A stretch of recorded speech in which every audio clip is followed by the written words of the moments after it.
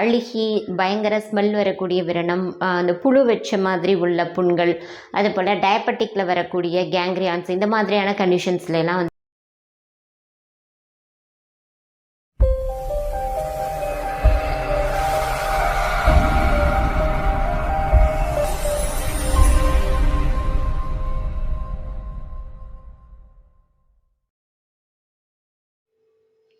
Hi friends, வணக்கம். நான் உங்கள் டாக்டர் சங்கீதா முசிறியிலேருந்து பேசுகிறேன். இன்றைக்கி நம்ம என்ன பார்க்க போகிறோம் அப்படின்னா, நம்ம மத்தன் க்ரீம் வந்து எப்படி பண்ணலாம் அப்படின்றதான் பார்க்க போகிறோம்.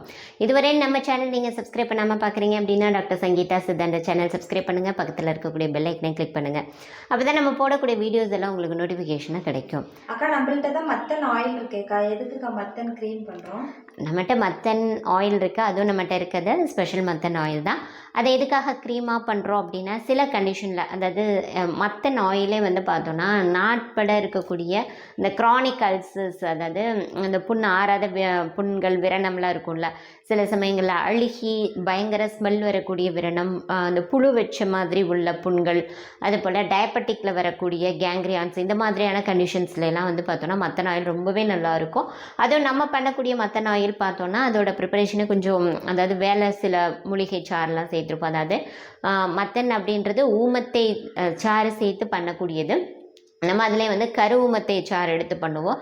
அதன் கூட வந்து ஆடுதிட்டாப்பாளை, குப்பை மேனி, அது அருகம்புல், வெட்பாளை சாறு, இதெல்லாம் சேர்த்து தான் நம்மளுடைய அந்த மத்தன் தைலமே பண்ணுவோம். ஸோ அந்த மத்தன் தைலத்துலேயும் வந்து பார்த்தோன்னா மத்தன் க்ரீமாக பண்ணுறது எதுக்காக அப்படின்னா, அந்த புண்கள் வந்து ரொம்ப, அதாவது பித்த தேகியாக இருக்காங்க அப்படின்னா, ரொம்ப எரிச்சல் அதிகமாக இருக்குது, அந்த மாதிரியான கண்டிஷன்ஸ்லாம், அதுபோல் சில இடங்களில் ஆயிலாக பயன்படுத்த முடியாது, க்ரீமாக தான் பயன்படுத்த முடியும். இந்த மாதிரியான கண்டிஷன்ஸில் மத்தன் ஆயில் கூட வந்து பார்த்தோன்னா நம்ம மத்தன் க்ரீமை வந்து பயன்படுத்துகிற இன்னும் நமக்கு சீக்கிரம் ரிசல்ட் கிடைக்கிற மாதிரி இருக்கும்.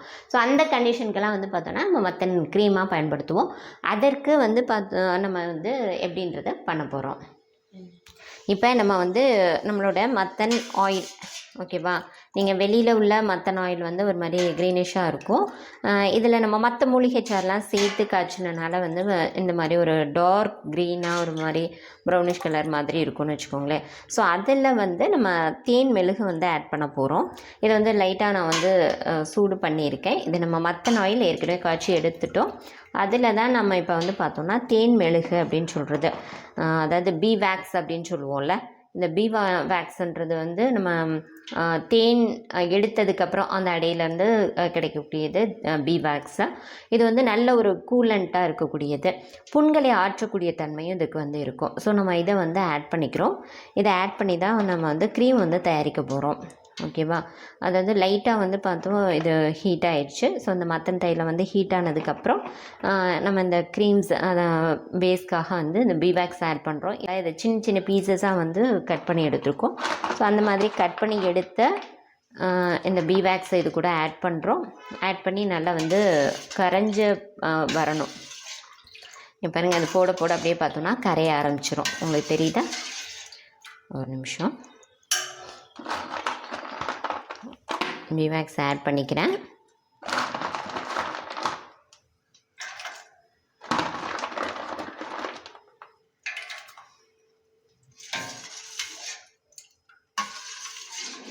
பாருங்கள், போட போட அப்படியே கொஞ்சம் நேரத்தில் கரைய ஆரம்பிச்சு. எந்த ரேஷியோவில் வந்து ஆட் பண்ணுறோம் அப்படின்னா, இப்போ வந்து மத்தன் ஆயில் வந்து 4 லிட்டர்ஸ் எடுத்திருக்கோம் அப்படின்னா, அந்த பீ வேக்ஸ் வந்து 1/2 kg எடுத்திருக்கோம், 500 கிராம் எடுத்திருக்கோம். அது வந்து நம்ம சின்ன சின்ன பீசஸாக கட் பண்ணி அதை ஆட் பண்ணிகிட்ருக்கோம். இப்போ இது கரைஞ்சிட்ட பதத்தில் நம்ம பார்க்கலாம். இப்போ வந்து ஃபுல்லாகவே வந்து கரைஞ்சிடுச்சு. இங்கே பாருங்கள், மெழுகு ஃபுல்லாகவே கரைஞ்சிடுச்சு. நம்ம இதில் வந்து ஏதாவது இந்த தேன் மெழுகில் டஸ்ட் ஏதாவது இருந்தாலும் இருக்கலாம் இல்லையா, அதனால் ஃபில்டர் பண்ணிக்கலாம். நல்லா பிடிச்சிக்கூடா.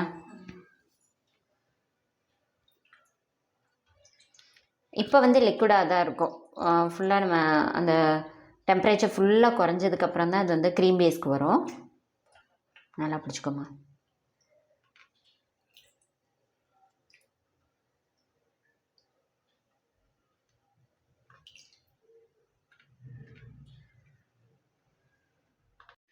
இங்கே பாருங்கள், எப்போவுமே வந்து ஆயில் சூடாக இருக்கும்போதே ஃபில்ட்ரு பண்ணிடணும்.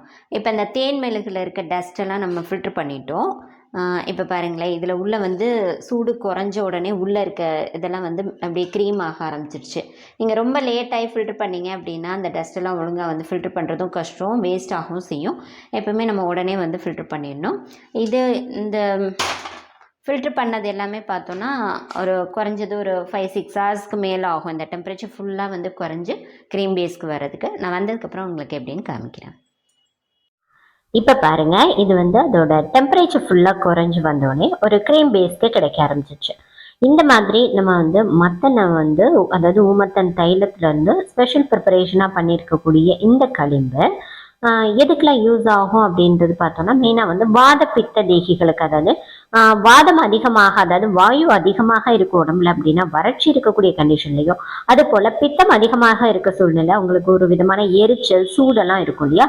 ஸோ அந்த மாதிரி கண்டிஷனுக்கும் நம்ம இந்த மாதிரி க்ரீம் பேஸில் யூஸ் பண்ணுறோம் அப்படின்னா அது ரொம்ப சீக்கிரமாக வந்து அந்த புண்கள் வந்து சீக்கிரம் ஆடுறதுக்கு ரொம்பவே ஹெல்ப் பண்ணக்கூடியதாக இருக்கும். ஸோ இந்த மத்தன் க்ரீம் ரொம்ப சீக்கிரமாக புண்களை ஆற்றுறதுக்கு, இந்த குழந்தைங்க சின்னமாக விழுந்துடுறது, சிராய்ப்புகள் அதற்கு மட்டும் இல்லாமல் இந்த வெரிகோஸ் அல்சர்ஸ்லாம் ரொம்ப சீக்கிரமாக வந்து கிளியர் பண்ணக்கூடியதாக இருக்கும். அது மட்டும் இல்லாமல் டயபெட்டிக்கில் வரக்கூடிய டயபெட்டிக் கேங்க்ரியானுக்கெல்லாம் கூட இந்த வந்து க்ரீம் மத்தன் க்ரீம் வந்து ரொம்ப பயன்படக்கூடியது. நம்ம இன்டர்னல் மெடிசின்ஸோட இந்த மாதிரி எக்ஸ்டர்னலாக அப்ளை பண்ணும்போது ரொம்ப சீக்கிரமாக க்யூர் ஆகக்கூடியதாக இருக்கும். கண்டிப்பாக இந்த வீடியோ உங்களுக்கு பயனுள்ளதாக இருக்கும். ஏன்னா நிறைய பேருக்கு வந்து பார்த்தோம்னா இந்த அல்சர்ஸை தொடர்ந்து டயபெட்டிக்ல என்ன பார்த்தோம்னா விரல்களை எடுக்கக்கூடிய கண்டிஷன் கூட இருக்கு இல்லையா. அதற்கு சித்த மருத்துவத்தில் நல்ல தீர்வு கிடைக்கக்கூடியதாக இருக்குது. அதற்கு பயன்படக்கூடிய வெளிப்பிரயோக மருந்து இந்த மத்தன் களிம்பு. நன்றி.